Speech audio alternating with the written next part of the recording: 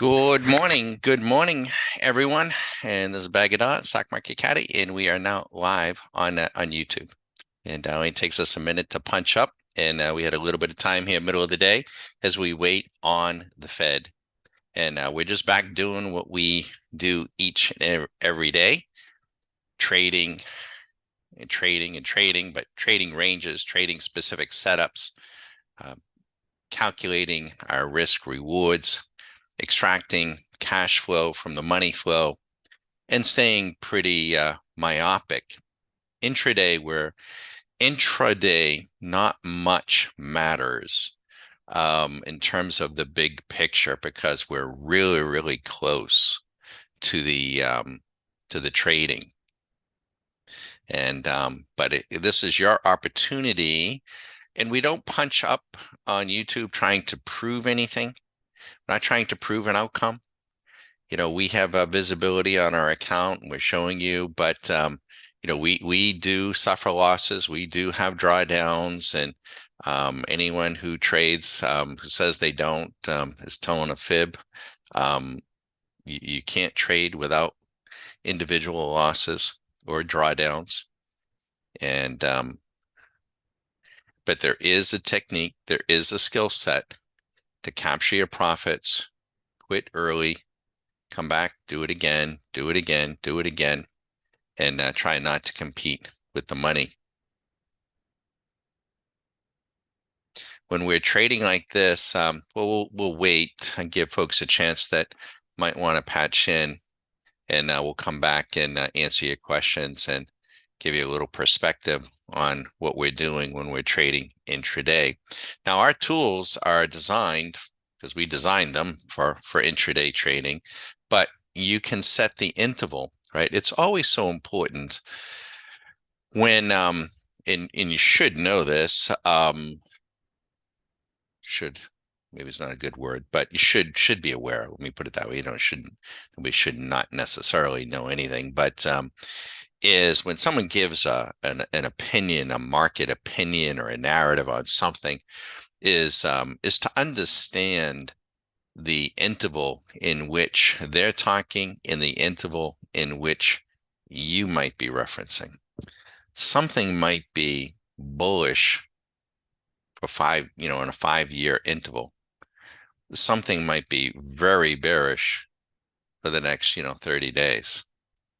So you have to, be aware of that, because the folks that are, if they're promoting something, whatever that something is, they're only interested in their own bank account. They're not necessarily interested in your individual needs, or if they see them on the media or whatnot. The market is pretty choppy here. Swing machine is also pretty choppy. There's not much of a trend here, other than in the oil futures, and the oil has pulled back. Now, we did mention yesterday that oil was a little extended. It's not where you would want to be committing new money, but I do think there's something going on in the oil market. And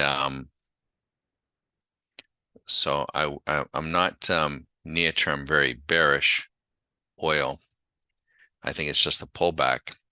And a lot of times, energy, back when we used to have economic cycles, see, we haven't had much economic cycles, natural economic cycles, because we've had so much interference from both monetary policy and fiscal policy, and drawdowns on oil reserves and all this stuff.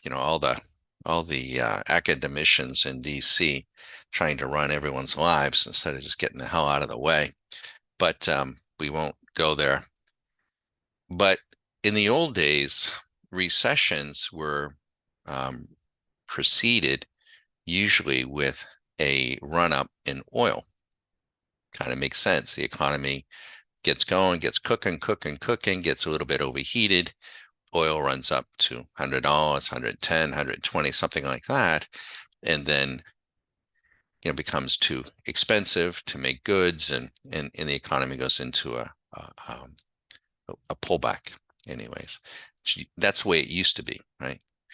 But very, very difficult for those people that still want to make market calls and investment calls based on what we consider old theses that they might apply once in a while, but there's just so much interference, again, from the central planners to thwart the markets. They're trying to thwart a lot of things, it seems, right now, not just here in the States, seems everywhere.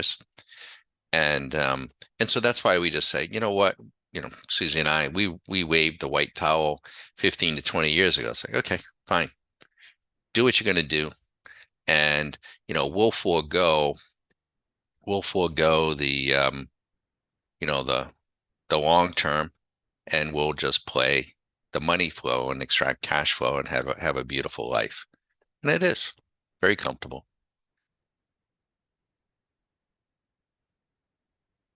Mhm. We do have some interesting that gentleman Bob Ulinsky, not to go political on anybody, and I won't, but he is in front of Congress today. You're going to see some headlines coming out of there. I like that guy. Hmm. But any case, any questions from YouTube? Just let us know.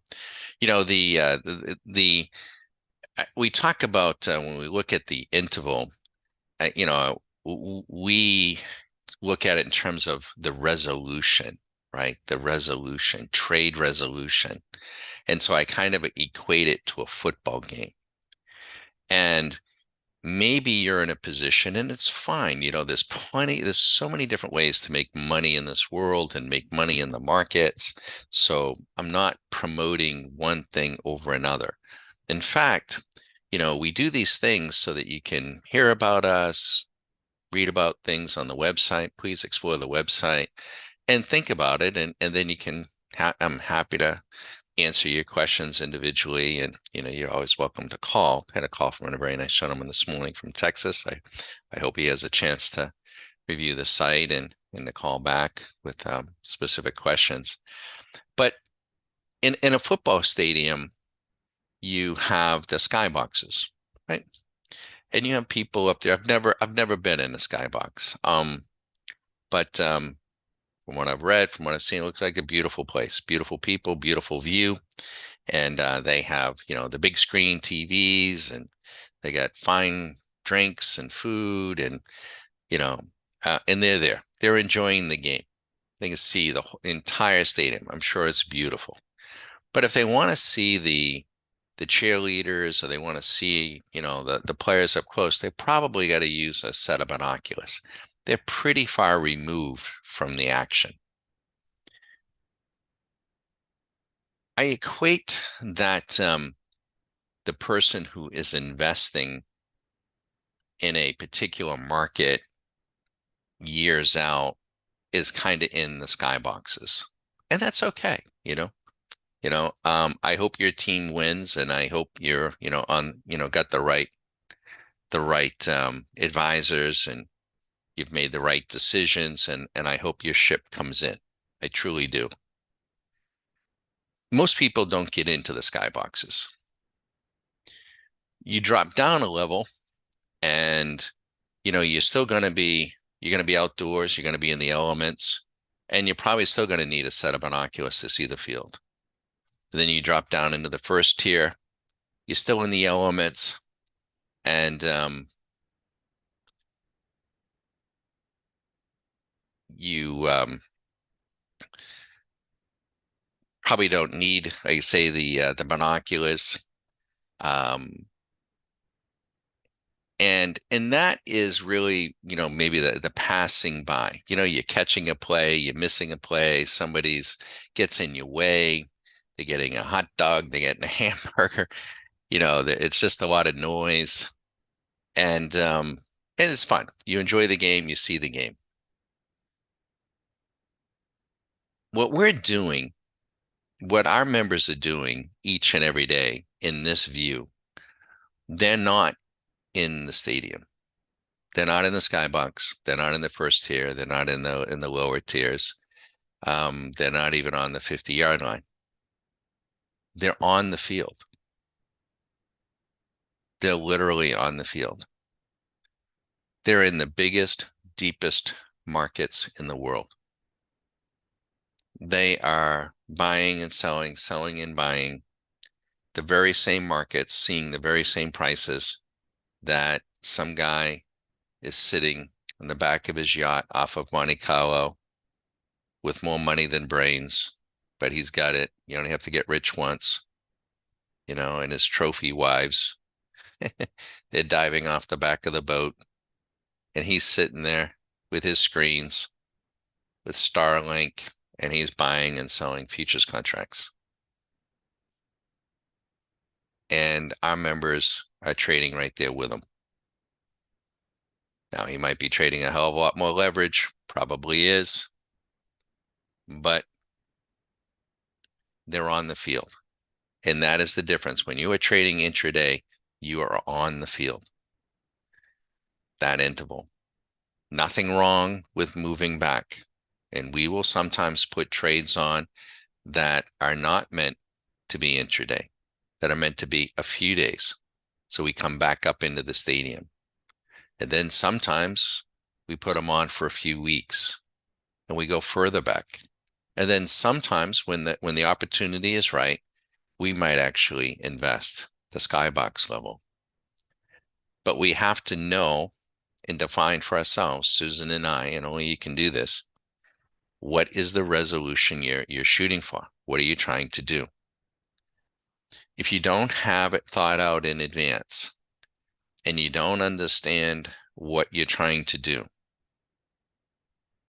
you may have bought Bitcoin. Did you see the tweet? It's amazing. A gentleman, there's a tweet. I'm assuming it's real. I'm sure it is real. He bought 1,500 Bitcoins, and it could be anything, right? But we'll not pick on Bitcoin. We'll use Bitcoin as an example. But he bought 1,500 Bitcoins. I think it was in 2013, and he tweeted out that how he was kicking himself because he paid, I think it was like 75 cents for them. It was ridiculous. It was like $1. And how he sold them for like $3. And he was kicking himself because a few months later, they were selling for $8. um, he did what he did, and I don't know if he ever thought about his resolution. I don't, his trading resolution. I don't know if he ever thought about what he was trying to accomplish, what he was trying to do. Of course, that'd be very painful because you can imagine having 1,500 Bitcoins at, whatever it is, $60,000, $70,000 a coin. So you have to know. And if you don't know in advance, before you place your bet, before you make your investment, then what happens is you get guided and manipulated and pulled around the field by greed and fear. And it's an awful place to be. It will drive you to drink. I don't drink. It will drive you kind of crazy.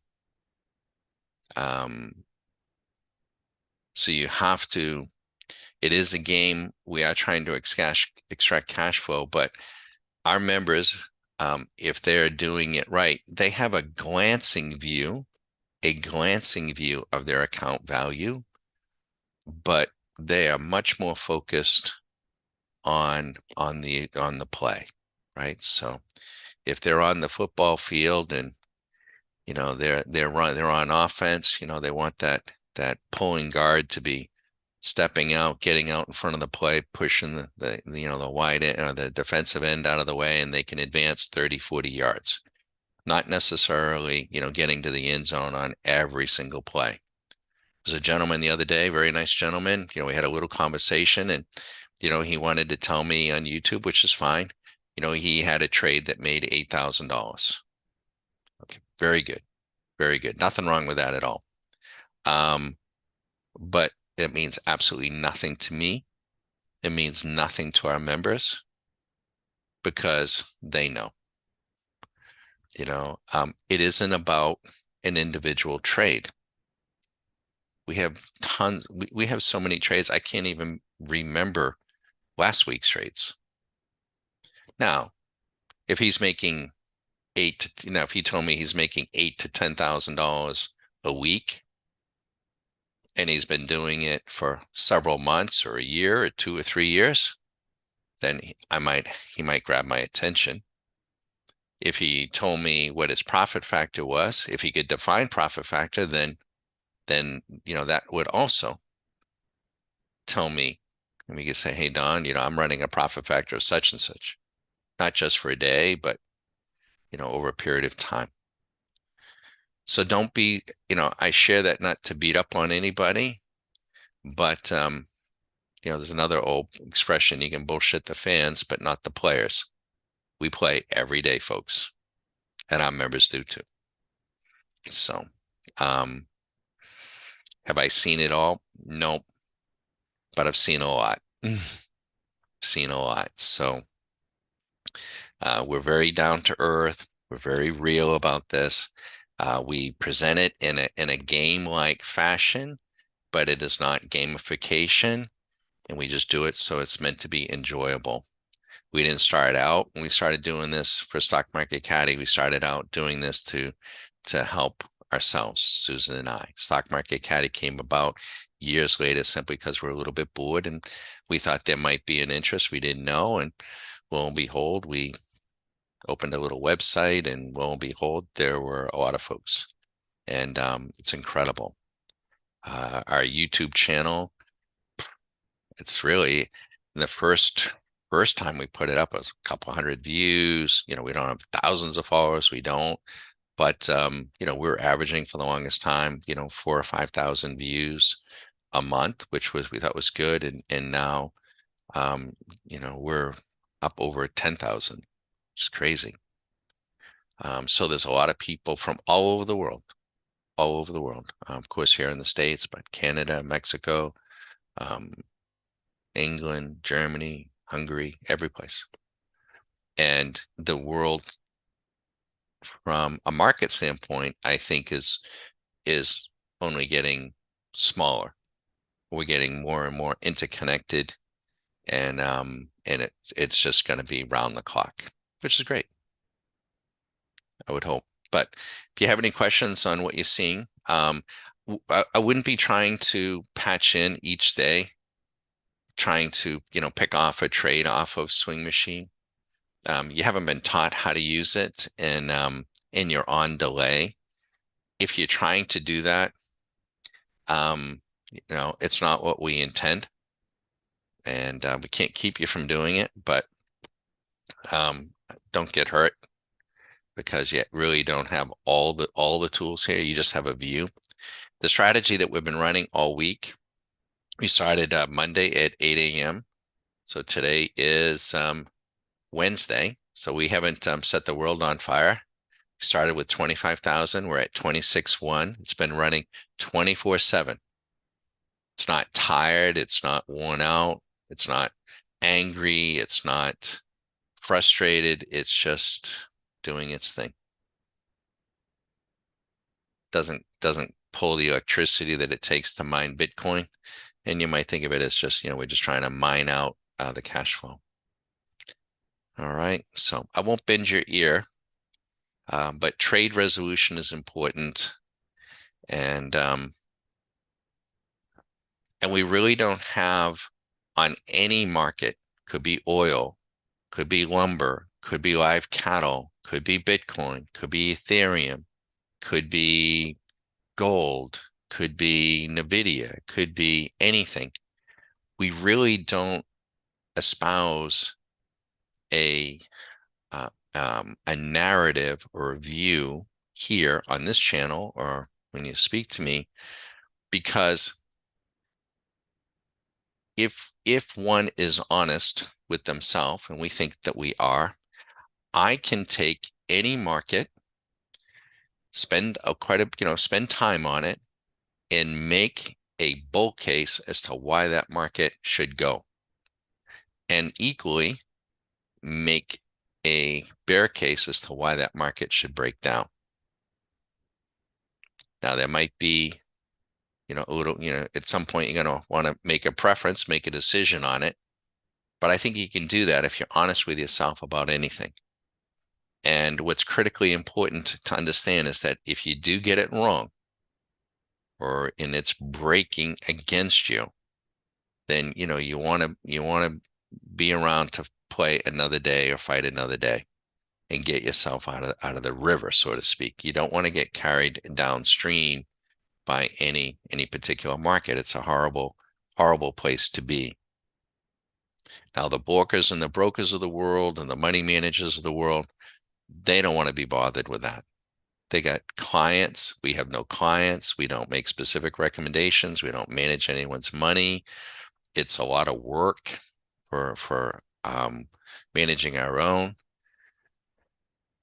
That's why, the mission statement behind Stock Market Caddy is learn to trade your game. It's not for everybody. A lot of people don't want to be bothered. I get it. That's okay. It's totally all right. It's like, I don't want to be bothered with that. I'd rather hand it off to somebody else. That's fine.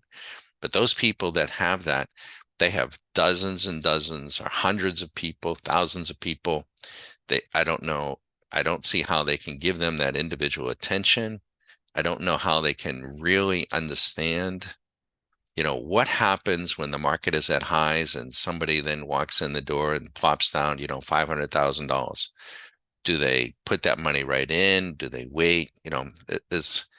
And are they looking at just their whole, the whole basket, and you get grouped in. At least two with Stock Market Caddy, when we do the Q School, it's one-on-one. We don't do a classroom. And there are these training classes, and I went one time back many years ago. I'm not going to say who it was, and they were like okay, but it was like a room full of people, and I'm like, what can you learn there? And you got a bunch of yahoos and everything. When we do the Q School, it's no more than two people at one time, but they're not at exactly the same time. It's one-on-one. So it's just you and me in a private Zoom link, one-on-one, back and forth. And over a 3-week period. I am going to want to speak with you before the Q School because I want to make sure that you're grounded. You want to be skeptical too. You want to make sure that I'm grounded, but I want to make sure that you're grounded and that we understand each other. So because I don't want to waste your time, and you certainly don't want to waste your time, and but I don't want to waste mine either. I want you to have a great experience. I want you to learn a lot. I want you to have fun. And then obviously, we'd like to see you at the end of the Q School say, hey, I want to continue on. The vast majority do, but there's been a few, and that's been fine. It's been fine for various reasons. They say, you know what, Don, I learned a lot, but you know what, it isn't for me. Well, we won't. I mean, it's very individual. I do think that in general terms, it's got to be something that you want to do. I think it just helps in life, whatever it is you're doing. If you're doing what you want to do, you have a tendency, I think, to maybe do better at it. But if you have any questions, let me know. But everyone's waiting. This is Fed Day, and we'll see if we get any kind of a break here. We'll let you watch. All right. So if you visit the website, if you see the website on the phone, there's like the legend that's up at the top that you would see on a desktop turns into those little white bars. So you got to click on that, and then it opens up about 4 or 5 tabs, tell you who we are, what we're about. Everything's in video format. Then it explains the Q School and explains the membership. Just pretty basic, but I think it goes into a lot more detail. We have had folks all kinds of ages, all kinds of backgrounds, all kinds of experience. We've had folks with no experience. We've had folks with a lifetime of experience. And, but we'll tailor. We have on-demand videos during that Q School, but we're going to work with you individually and be making some assessments and getting you as far as down the road and headed in the right direction we can, during that time together. That's the plan. That's what we try to do.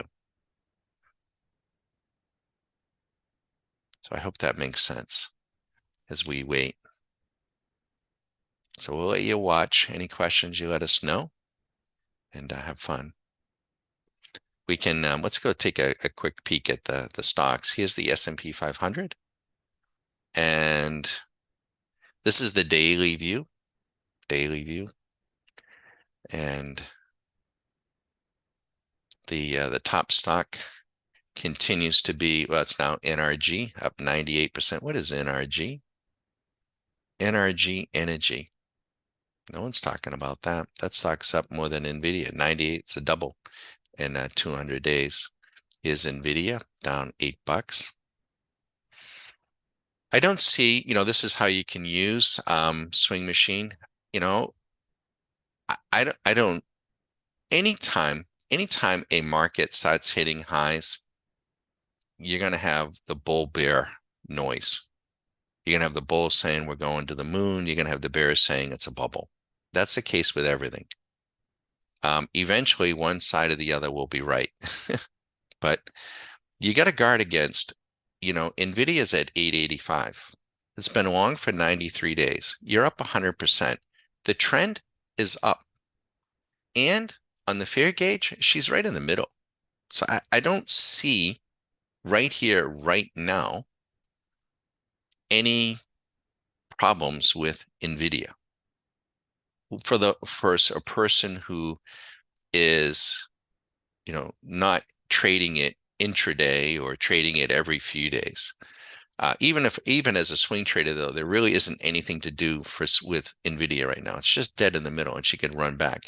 If we were for the active trader, if it got into euphoria or into panic, but I can also put NVIDIA on a weekly basis. Let me see if I can show you what I mean. So let's push back. We're talking about resolution, right? So let's push NVIDIA back on a weekly basis. Ready? Here it is. All right, I didn't want to change them all. So on a weekly basis, look at this, right? NVIDIA has been long for 61 weeks. So maybe this is the person who has been trading NVIDIA, and he's in, the upper tier in the football game. And for 61 weeks, and it went long at 203. He's up 335% on a $10,000 investment. You can put in as much money as you would have wanted. And on a weekly basis, look at the trend. Solidly up. On a weekly basis, yeah, it's a little extended. It's at 80. But it doesn't mean that he's going to crash. And in fact, it's very unlikely from here. The daily would have to break down first. So there's nothing. And see, that's the thing. If you have Swing Machine on your desktop and you're a weekly investor, you could have NVIDIA on a daily, then on, even on a monthly. And then when you start to see the daily get into trouble, and you're like, okay, well, maybe I could do something, with options and begin to protect, but there's nothing wrong. And then if you're up in the sky boxes, if you want to be that person, and that's fine, not just with NVIDIA, but with all of them. But let's put this on a monthly view. What is this going to do? Well, that's crazy, right? So NVIDIA 127 months ago, Swing Machine said to buy. Now this is split adjusted at $3.89. Because you could say, like, it's not at 389. Yeah, it's split adjusted it was. So it'd be up by 2.2 million. And now on a monthly basis, though, look where it is, it's pushing up into euphoria. So if I had $2.2 million from a $10,000, this is from a $10,000 investment in 2013, and I'm at 90, the first thing I'm going to do is I'm going to take out my 10,000. Realistically, I'm probably going to take out half of that. I would take out 1.1 million. I'd just take it out. Now it goes into cash, and cash is going to have to get redeployed someplace, because as long as we have central banks and a central government and everything, if you're sitting in cash, that, if you haven't figured it out yet, they devalue your cash. They've been doing it for centuries. So you have to, redeploy. And that's what these tools are trying to do. So I hope that makes a little bit of sense, a little perspective. But we're going to put NVIDIA, we're just going to put it back to a daily view.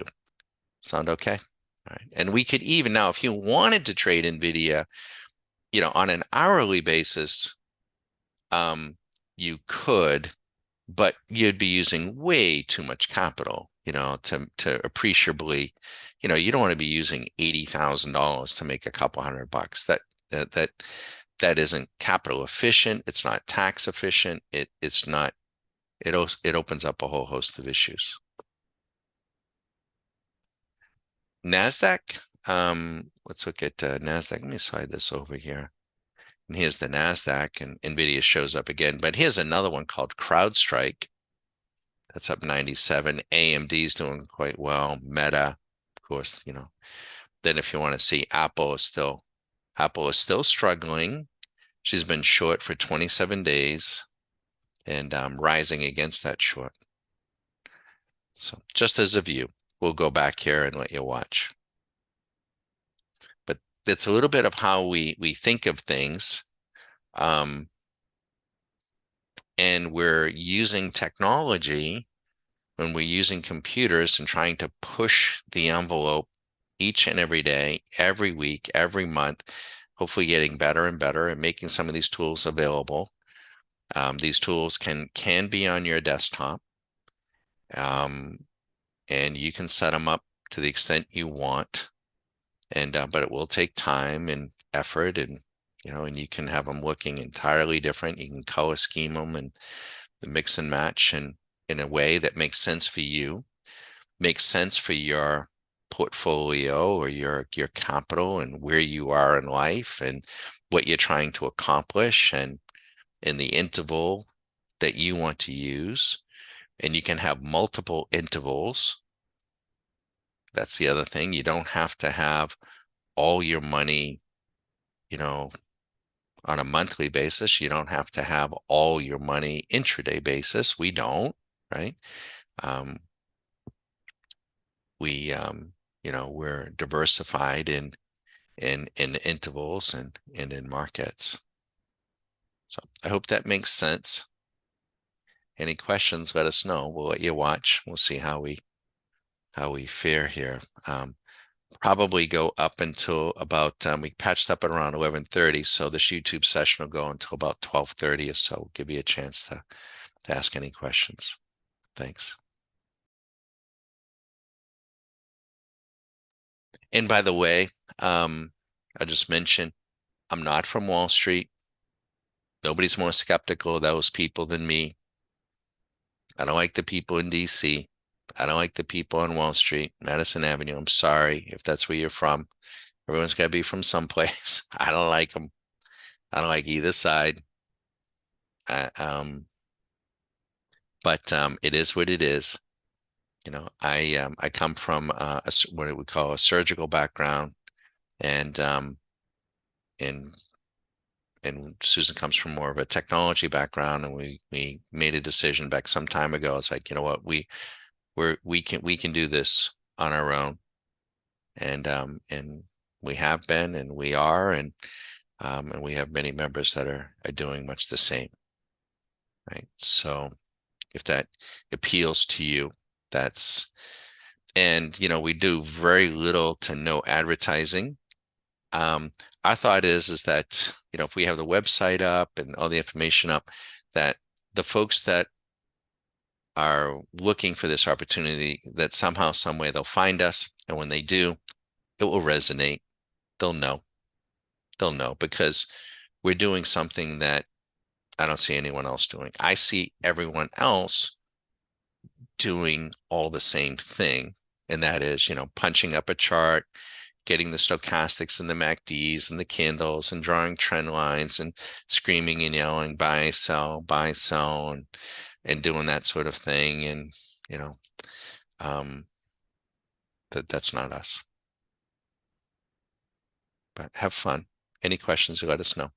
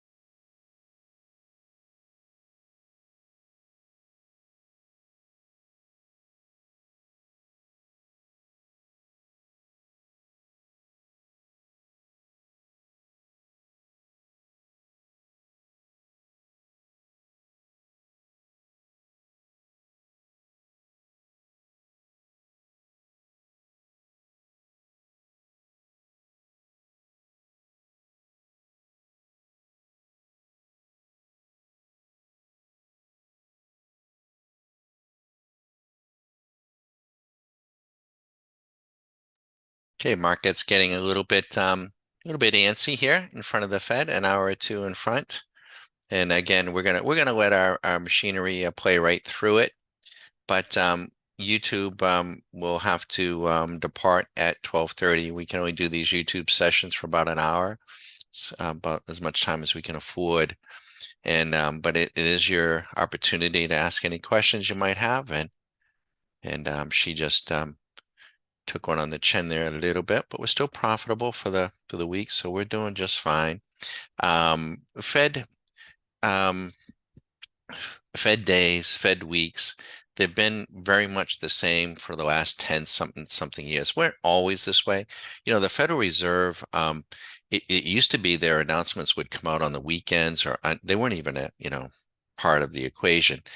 But because of social media, people became more and more aware of the Fed. Nobody was supposed to know what a central bank does, right? Um, and of course that has changed. We've all educated each other. But it's a scam. But but the run up into the Fed is usually choppy. The first couple of days they meet on a Wednesday. It's usually choppy. It usually runs up into the Fed, and then they will try to get the Fed through the end of the day. A lot of times the first move is wrong. Um, we haven't seen hard market sell-offs or crashes on Fed Day. We just haven't, in the last 10 years. They used to happen when the Fed would shock it, and they would come out with a decision on a Saturday and the markets would open down on a Monday. They would do that sort of thing. But people really weren't paying attention and didn't have the technology and the information to even understand what the Fed was and what it is not. So I don't know what the market reaction is going to be. I'm inclined to think that the Fed isn't going to cut rates. Um, I think that they should be raising rates. I don't think they're going to raise rates. Um, but what we do see usually is a pretty good market reaction the next couple of days after the Fed. And whatever the Fed is going to say and do, need to understand it's already baked in. The Federal Reserve, in our view, this is an opinion, is nothing more than the titular head. There's nothing federal about it. It's not a federal government, anything. It is the titular head of a banking cartel. And the banks are dictating to the Federal Reserve, you know, what they want, what needs to be done. And in the notion, this is an opinion, that the Federal Reserve or any of these central banks are apolitical is in my view, poppycock. They're as political as any other, and we're stuck with them. And the originators, we used to say here long before Trump in the early 2000s, we were doing this, we would call this, fake news, but we called it faux, F-A-U-X. The originators of fake news, of faux news, the financial media. I mean, they're the worst of the worst. I mean, and they've been doing it for years, decades. So it's nothing new to us. It used to really, really bother me when I first learned about the Federal Reserve, and there's some great books if anybody wants to know the books to read, and there's a whole host of them. I would recommend you start with The Creature from Jekyll Island, David Stockman's book, The Great Defamation. I think it's The Defamation. Amity, what's her name? Shales. She's got another book. There's a ton of them. I should probably put up a bibliography list, but and it used to make me really angry. It's part of it now. They're here to probably stay, and they've back in the day, in 2008, I mean, nobody was even supposed to talk about them, right? If you talked about the Federal Reserve, you were wearing a tinfoil hat. You're crazy talk. Um, and I think back on it, it's just so unbelievable. And now look, I mean, they're embedded into any and every conversation about markets. Um, the plunge protection team and all that stuff. So, any case, I won't digress, but we have one of our oldest videos. It was from 2010. 2010. If you go to YouTube, sort our videos from old to new. I won't play it. I used to play it, but I won't. It wasn't politically correct. Um, but it's still there, and you can see what I was thinking.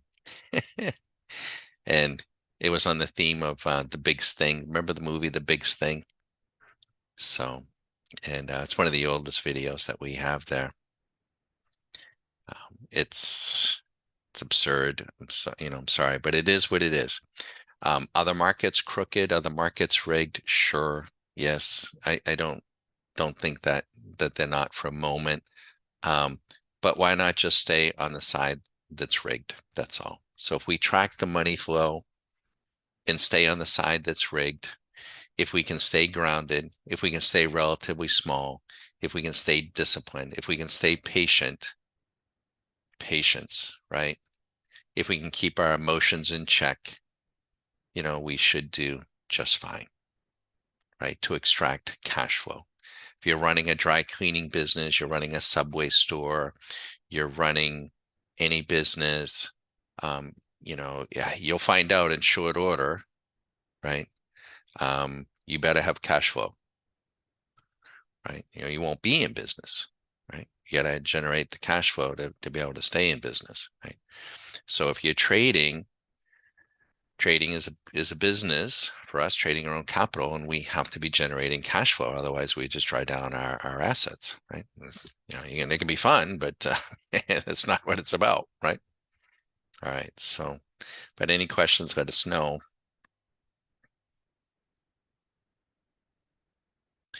I can probably punch up a screen here, a blank screen. Let me just do this too about how we think about things. Um, there are I won't take the time today, unfortunately. Can't afford it, but there are only 4 ways to trade. I'm not going to do the whole thing, so everyone's going to cringe like, "Oh no, not that again, Don," because we do it so often. But it is important to understand that there are only 4 ways to trade anything. And if you don't know that, um, you're at a distinct disadvantage. You need to know what those 4 ways are. You also need to know what the trading characteristics of each is. Because if you don't know what those 4 ways to trade are, and you don't know what the trade characteristics are, then you don't know what to expect. And if you're doing something, whether it be driving a car, snorkeling, jumping out of an airplane, anything with a little bit of risk, and you don't know what to expect, you're gonna have anxiety. And it's critically important, and our members do. Every time they put a trade on, or when the machine is trading, um, they know what they're trying to do, and they have a certain degree of expectation. Do they always hit that expectation? No.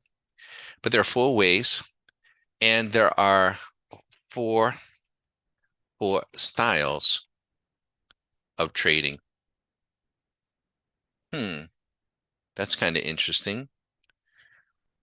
This one here, the 4 styles, you can discretionary trade, which is where most people live and die.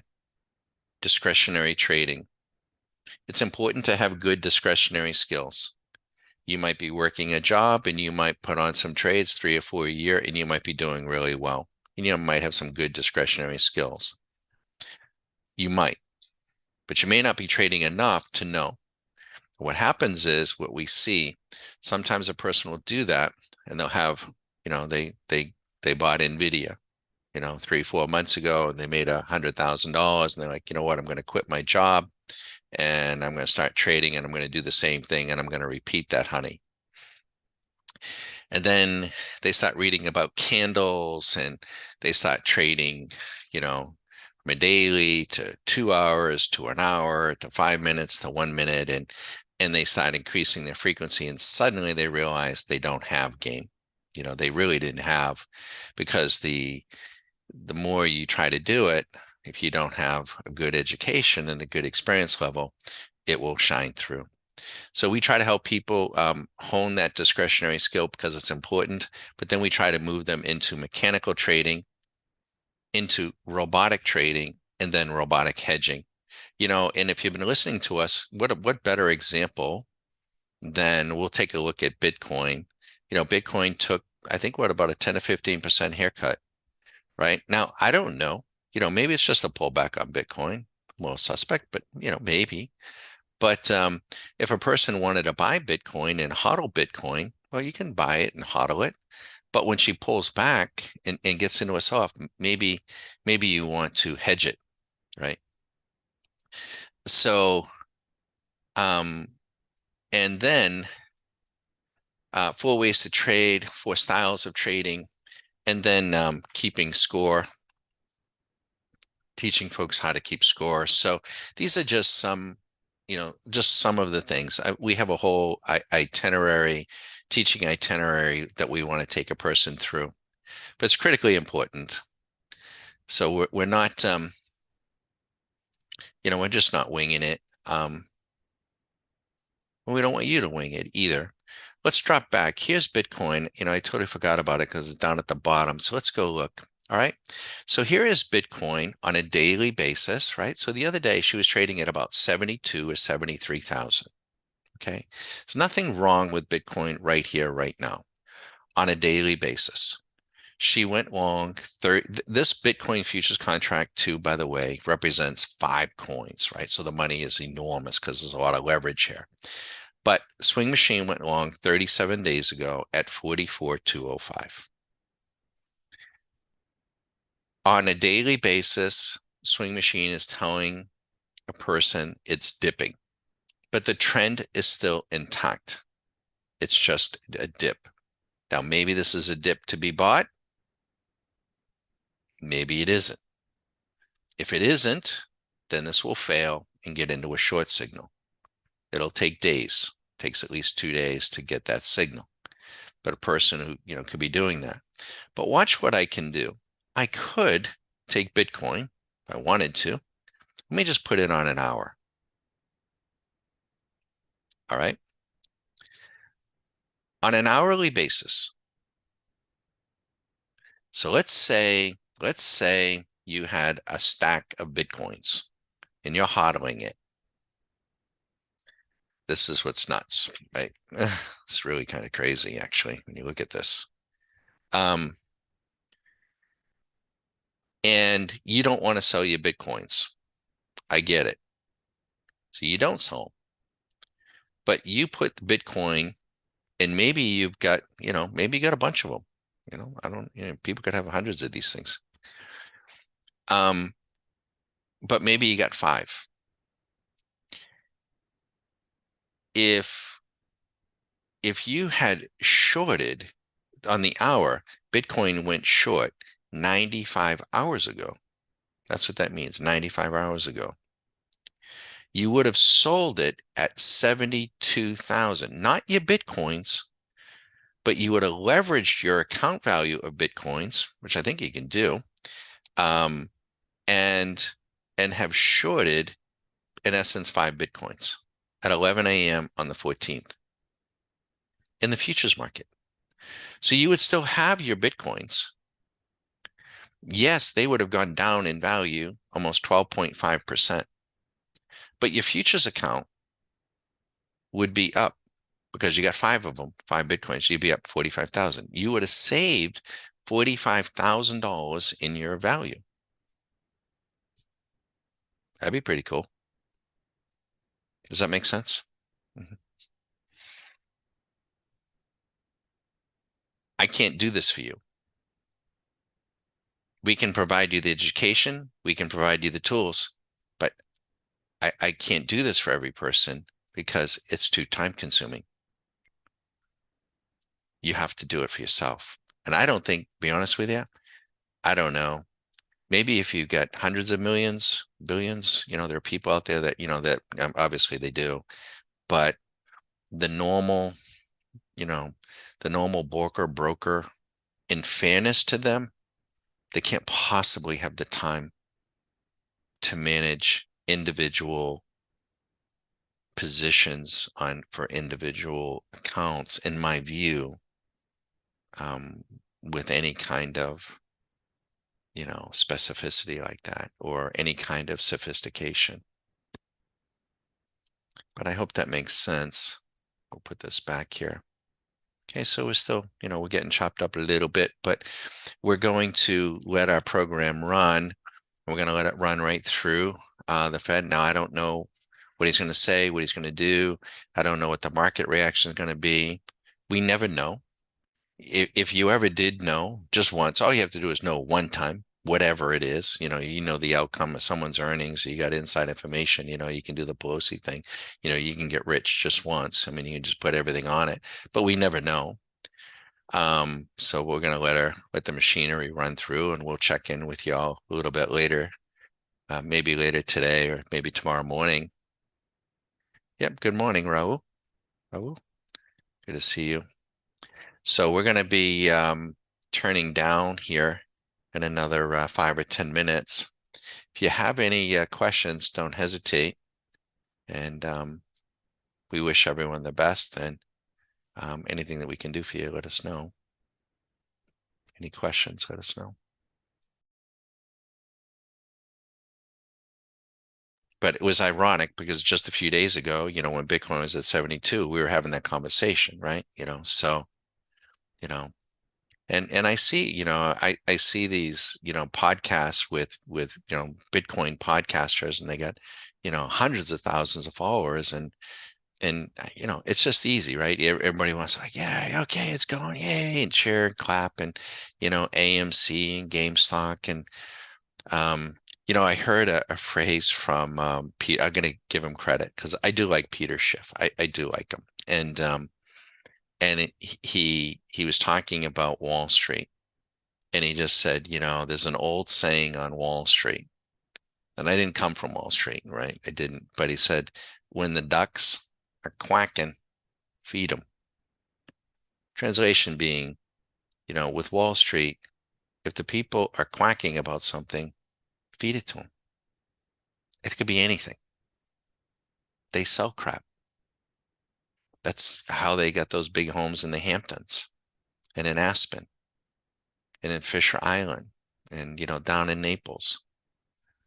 They'll sell you anything. They'll sell anything.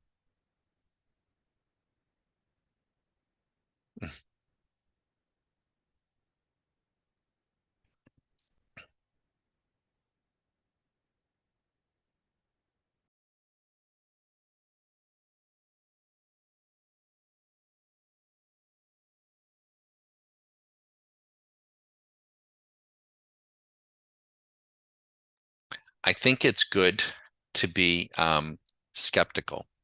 You should be skeptical of us, of everyone in when it comes to these. I think it is good, but that's just my opinion. I think there's a difference between, skepticism sometimes and cynicism. Susan always jokes. We used to we haven't done it of late, go out to British Columbia and go through the beautiful Rockies of Canadian Rockies. And I tell this story, and we're on a hike one time, and we're trying to get back. I was a little bit tired, and we come to a fork in the hike. And Susan reads the signpost. She's out in front of me, and it says, go this way, 15 miles. And the other sign says, go this way, and it's 3 miles. She goes, okay, well, we're gonna take the short one. And she starts down the path. I'm like, whoa, whoa, whoa, whoa, wait a minute, Susan. She's like, what? I go, how do we know, Susie, that somebody didn't F? I was gonna say a bad word, but I won't. Somebody could have just turned that sign, Susan. She starts laughing. I'm like, what? She goes, Donnie, we are out here in the beautiful Rocky Mountains. Why would anybody do that? Hmm, I don't know. But if they did, we could have a 12-mile hike in front of us because they could have turned it either way. So, Jesus, Donnie, let it go. Let it go. So I'm a skeptical person by nature. Um, if I was cynical, I never would hike at all. I never would have made the trip. I would never even go on the trip, but it was a beautiful trip. And by the way, it was 3 miles back to base camp and, back to the parking lot. We had a beautiful day and a beautiful hike.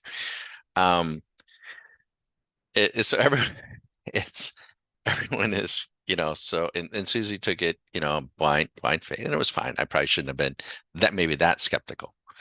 But when you're in this environment and you're dealing with what we're dealing with, um, I do think you have to be skeptical. And this afternoon, the Fed will come out and make his pronouncements, and then it's all choreographed, right? And then, they always put the academicians in there, and then they have a press conference, and they used to have a big desk, because the people were getting smaller and smaller, like Yellen, she's only like 5 feet high and very diminutive, and and they want to make her look big and impotent. It's just like the big buildings in DC. They got to be, I think it's like, Cinderella's castle. There's nobody in there, but they make them look imposing and as though they got to command and respect. Um, and then they'll have a press conference. So the announcement will come out at 2. My guess is, and this is the crazy part. Hey, Abby, he'll come out at 2. Probably won't do anything. If I was to guess, the market sells down a little bit. Then he'll hold a press conference and then he'll say, well, I'm open to change and I'm open to this and I'm going to be data dependent and yada, yada. And then they'll balance the market out. The banks will get them through. They'll get them off stage. They'll get them out of there. And and then the media comes in and plays their role. Like, oh boy, they're really, we're going to no landing and no recession. And the Fed's, beautiful, beautiful job. And yada, yada, yada. I mean, that's the thing. And then we find out tomorrow, next week, what, if anybody, what the depth of these markets really are. And one of our members, Chris, he's just said to me yesterday, he goes, Don, I think the billionaires have been selling this crap to the sheeple for the last 3 to 4 months. And I'm inclined to think the same, but we'll see. Because if they have, we'll be going down in a hurry over the next few weeks, and there'll be nobody there to buy. And everyone that's got it stuffed in their IRA accounts will get hurt, and they could care less. Skeptical, maybe a little cynical, maybe just a tad.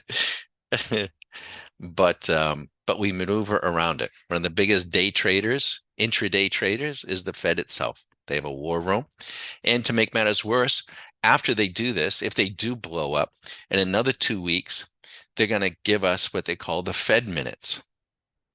So he's going to make an announcement. He's going to have a press conference. And then in 2 weeks or so, 3 weeks, they're going to produce what they call the Fed minutes. And that's what they really said and what they really meant. The minutes to the meeting. Why not just us? It's silly. It's Matthew McConaughey, Wall Street. It's pixie dust. Parade comes to town. Parade leaves town. We'll see. Technically speaking, we think these markets are extremely vulnerable here. Extremely vulnerable. So I can say, can they go higher? Yes, they can. Absolutely. But markets, climb a little wall, worry, but when they pull the plug, it will be, it's going to be a doozy. Is a technical word. All right. If you've got any other questions, let us know. We gave back a little bit here this morning. The machine has, as we trade the chop a little bit. I'm going to shut up for a couple of minutes and then we're going to have to sign off. And We invite you to please visit the website, stockmarketcaddy.com. If you see it on a cell phone, there'll be a little tab in the upper right-hand corner, but you get little tabs to tell you who we are, what we're about. It'll explain you'll see some of the robotics. You can see some of the membership levels, the pricing levels, and everything's in video and explains the Q school and from there, if you still have questions, and you very well might, you're always welcome to call me 9 a.m. to 9 p.m. I would just hope, you could be calling someplace far and save your cell phone bill. If you visit the website, you might, get a little more information um, to say yay or nay or whatever, right? So, but don't hesitate with your questions. I don't mind. So we'll wait a few minutes and then we'll have to abruptly sign off. And we wish you the best as you get through and have fun listening to the Fed. And Susan won't even trade on Fed Day. No, no. She's like, no, no thanks. Never does. Susan doesn't trade on options expiration day. It's like, nah, nah, too rocky. We'll let our machinery go through it.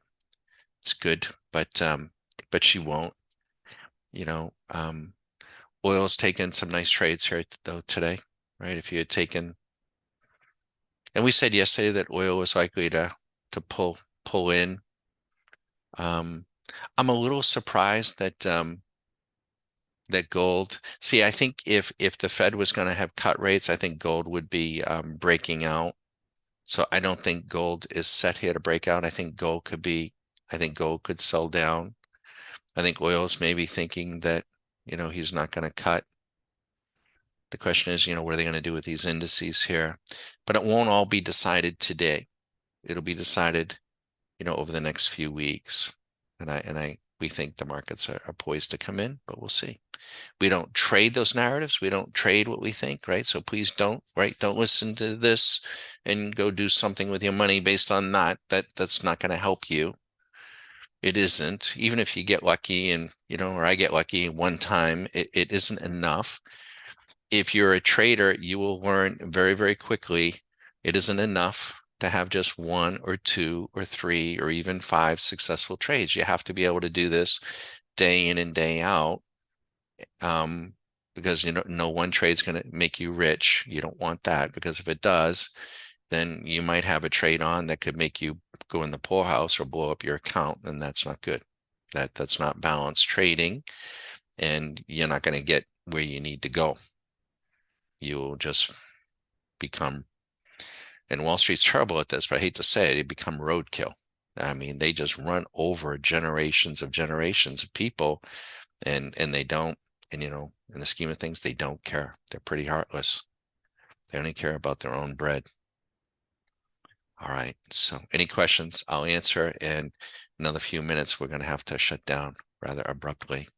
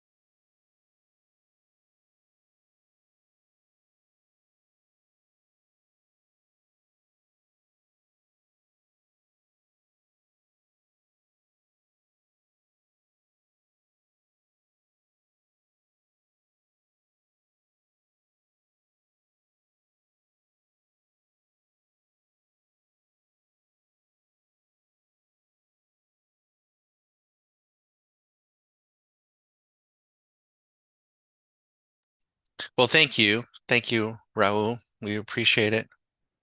We work very hard. This is just one view, right? And this is just one tool. We have over 70.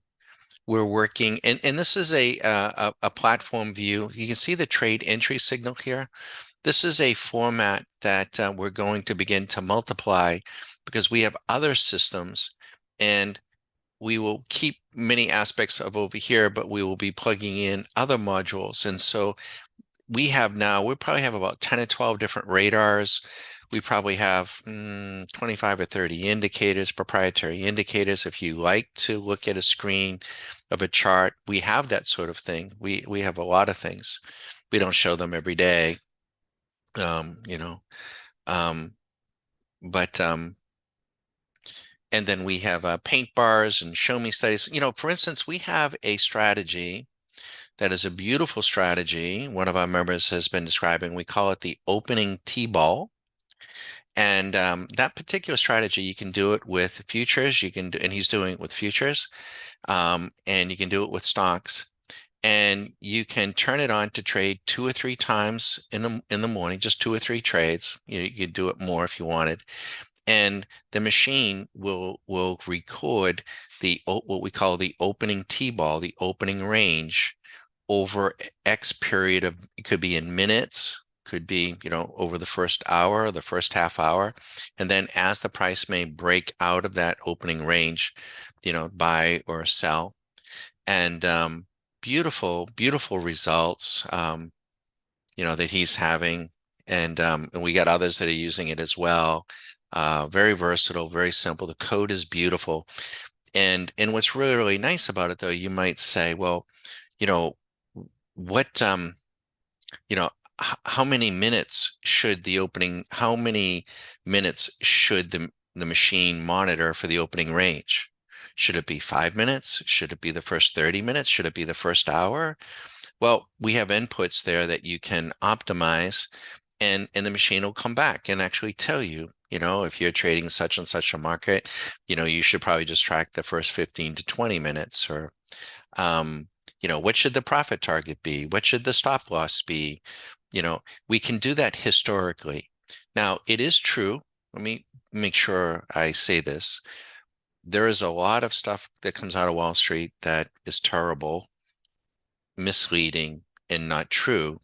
However, there are some things that are true. And one of the things that they say is what's happened in the past may or may not happen in the future. And that is exactly true. That is true. Now I grappled with that personally, back years ago, because as we would be doing our back testing, I knew that to be true, intellectually true. And so what I would grapple with is like, well, Susie, if this program is doing such and such over the last 2 to 3 weeks, last 2 to 3 months, it's not a guarantee that it's going to do it over the next, 2 or 3 months, right, in the future. So what value does the back test have? So, and it just took time, and I struggled with it. I couldn't get anyone to really answer that question for me. And we worked with it. And then TradeStation has a tool that they call not just a back test, but a walk forward optimizer. And I had a mentor that is no longer with us, unfortunately, back years ago. And we used to do it by hand. And he taught me how to do some sophisticated spreadsheets, not to the extent that I could do with him, but because he was an engineer. Some people are like incredible with Excel. I don't like Excel, but he was like incredible with it. And we would try to create a walk forward test. Well, TradeStation now has that tool. And basically what it does, it takes the data of the back test and scrambles it. And then you can get a view, try to randomize that data to get an idea. But even then, that isn't a guarantee, right? There's no, if we knew, if we knew the lottery numbers just once, I mean, we're done, right? So You can't know that. Where the back test and the forward testing and where that comes into play is I'm running a program now and it's doing what it's doing. And I am comparing and contrasting the data that it's doing in a live environment with the back test. And so that gives me a model to follow. If it starts to deviate in a big way, then I can do any number of things. I can decide to stop. I can decide to make an adjustment. I can look to see, is there something spurious? Was there an outlier event? I got to tell you, I mean, if the Fed comes in and raises rates here, look out.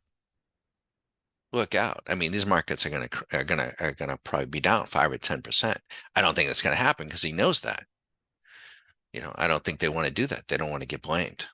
But, it would be, it could be an outsized event. So just, be aware.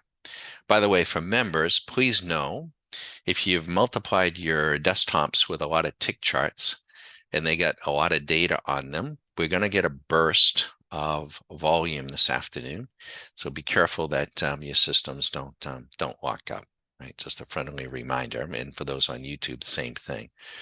So we don't necessarily trade narratives. We're not looking for narratives, but we don't put our head in the sand.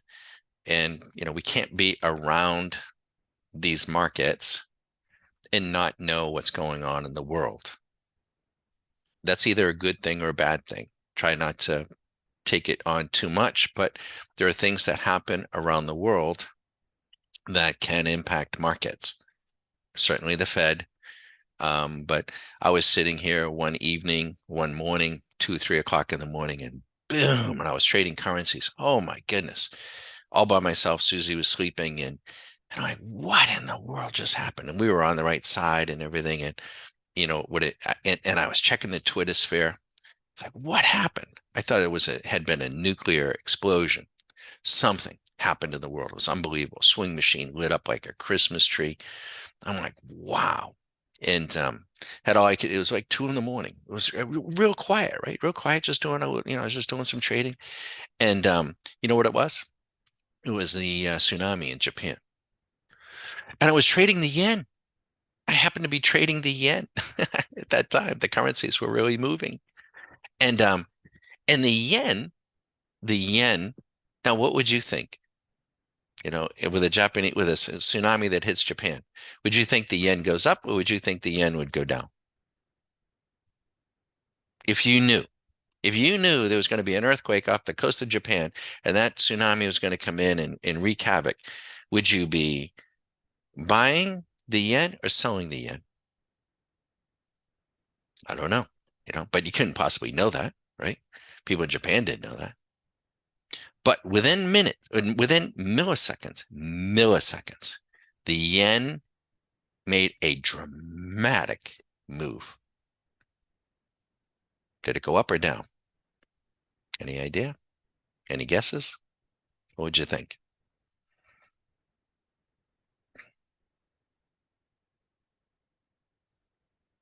If you even knew, right?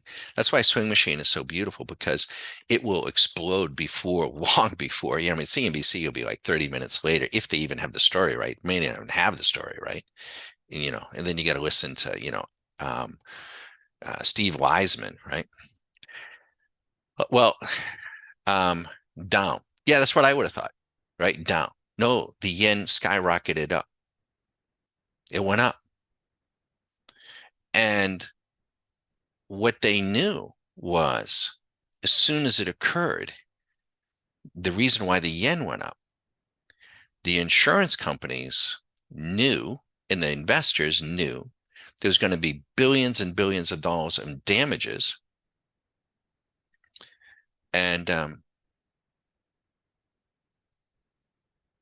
yeah, I'll answer that question. I'll just answer this and then Joel, hey Joel, I'll show you. it will, they knew there were going to be insurance claims on the insurance companies, and the insurance companies were going to have to pay out um, claims. So they were going to have to pay them out in yen. So the insurance companies were all invested. So the insurance companies were going to have to sell stock equities to raise cash levels in yen to pay out the claims. So the investors poured in and sold the Nikkei, but they bought yen before the insurance companies could buy the yen. So it exploded higher. It's crazy, but who would know that, right? Who would know that? It's just kind of like, in Thailand, why do the elephants, run to the hills, before the tsunami? So any case, but the thing of it is, I didn't even know for 30 minutes what had happened. I mean, well, maybe 15. This is Joel. Hey, Don, I have a question regarding the signals that we see printing. Sometimes it switches from long to short, but it will keep the signal age from the previous signal.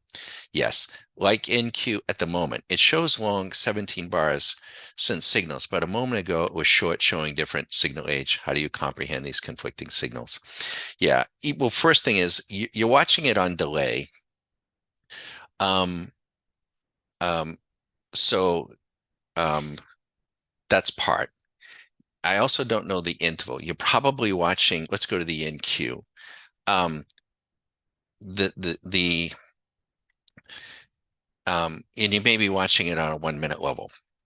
Um, the signal, the signal is not long entry. That is a warning. The signal is actually the count. So we would actually have to watch it together. But let me just say this.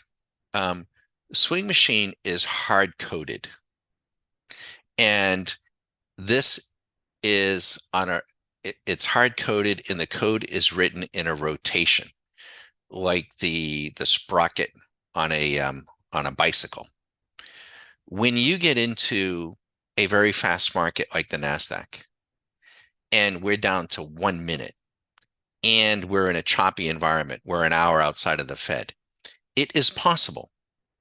It is possible because the market is not perfect. The code is perfect, but the market is not perfect.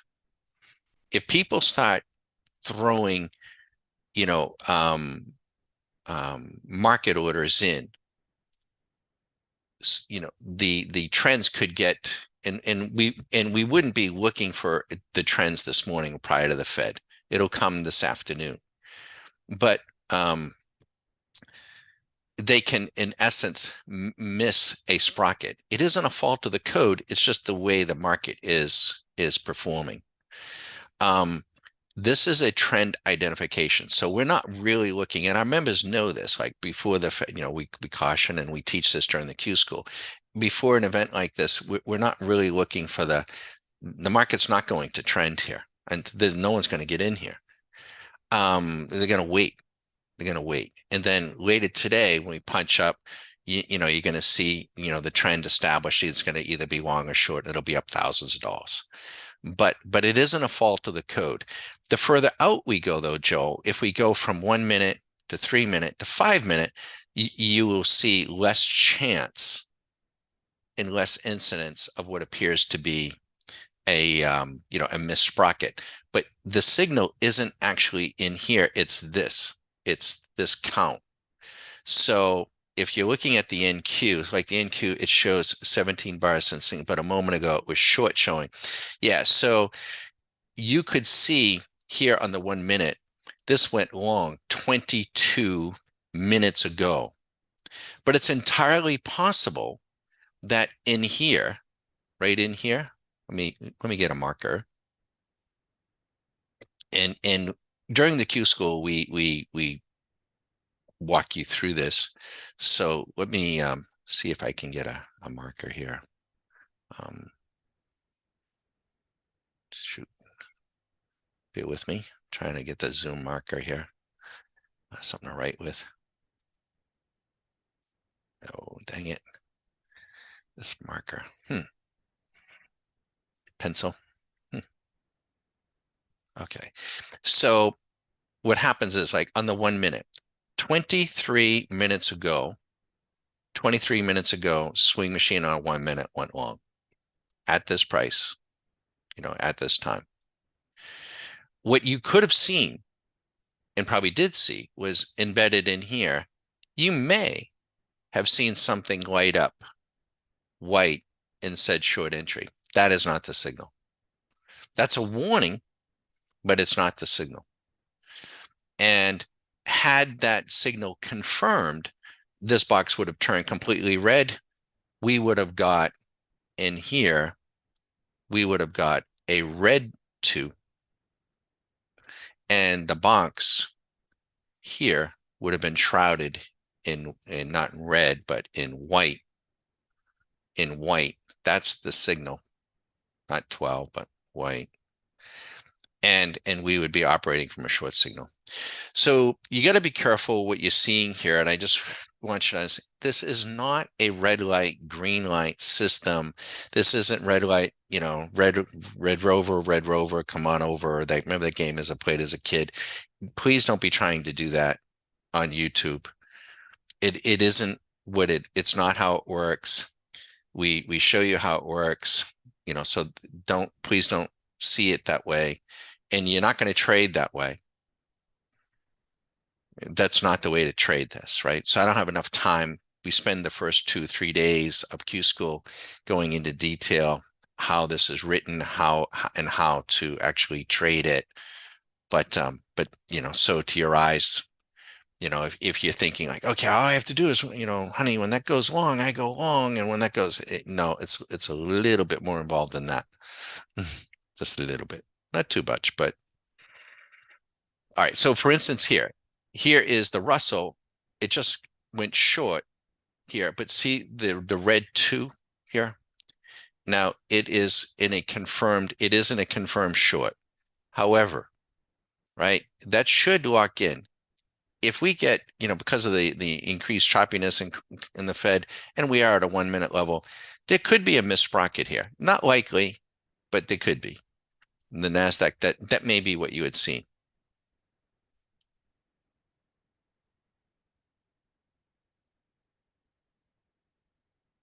Yeah, it's hard for me to see, Joel, exactly, what we do too, for instance, we will, when you're in Q School, we don't put up all the markets. So what we'll do is we'll put up one market, with the radar and with a chart down. We'll actually ask you to trade the radar, but we'll eliminate all these other markets for your view and get you focused on one market with very specific instructions, see what you do, and explain how it's working and the rotation, and then see how you do. And then we start to introduce, some charts and some help. And then we actually have the machine, trading, trading as well. And you're kind of shadowing that a little bit, right? But yeah, it's pretty next to impossible for us to try to do that here. Folks, we've got to break away. I want to thank you for stopping by. Joel, thanks for the question. And Raul as well. And remember, a lot of times the first move on the Fed is a lot of times is the wrong move. So remember, he's got a press conference. They like to, the banks want to protect the queen bee, and he is the queen bee. So just know that. I think tomorrow, Friday, next week, we're gonna see the enormity of of where we are. Let me just show you at a glance what we can do. Let's look at the VIX on a daily basis. The VIX has been short for 97 days. Look where it is. It's at 20 down in here. Market is extremely complacent, right? Market does not see this market selling off. That's what could be abrupt. Here is the ES.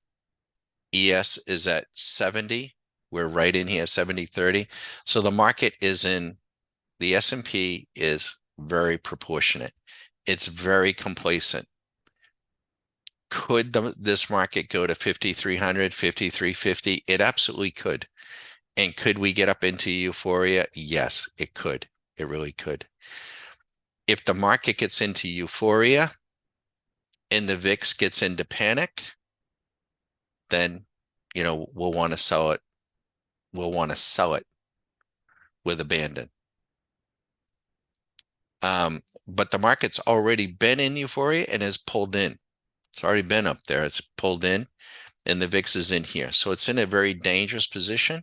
If the VIX starts to move this way, the market will move down. The mean is at 5,200. We got to get under 5,200. So we got other views. I think the markets are just really extended. That's all, but they can stay extended. They absolutely can.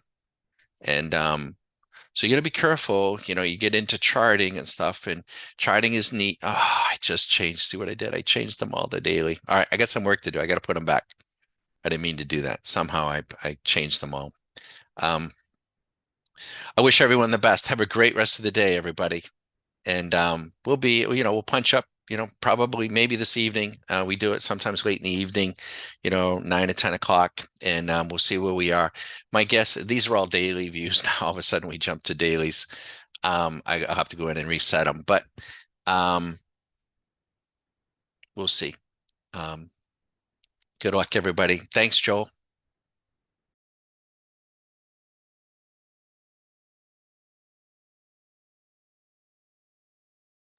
By the way, we mentioned this last night's video. New monthly members get a 1-day hall pass, Joel. And so Joel is a new monthly member. You have to let us know when you want to do this. If you want to schedule with us a 1-day hall pass, we'll meet one morning online. We'll give you the Zoom link. We'll give you a little bit more of a view behind the curtain on Zoom. And we'll give you a tour, last about 45 minutes or so to an hour. Can't see everything, but you'll see a lot. And then you can hang out the rest of the day. And we can go and we can delve in and you'll get a real-time view. We can give you a shot to see what this is about. But we only do that for, that hall pass is only for new monthly members. And Joel, you just let me know if there's a day next week that works for you. You want to do it when you have a full day. So that we can, we can do it like around 8 o'clock in the morning, and then you can watch and see, and you'll be watching on Zoom, and it won't be any delay, and we can, show you some other things. But so just you let me know. All right, have fun, everybody. Thanks, Joel. Thanks, Ro.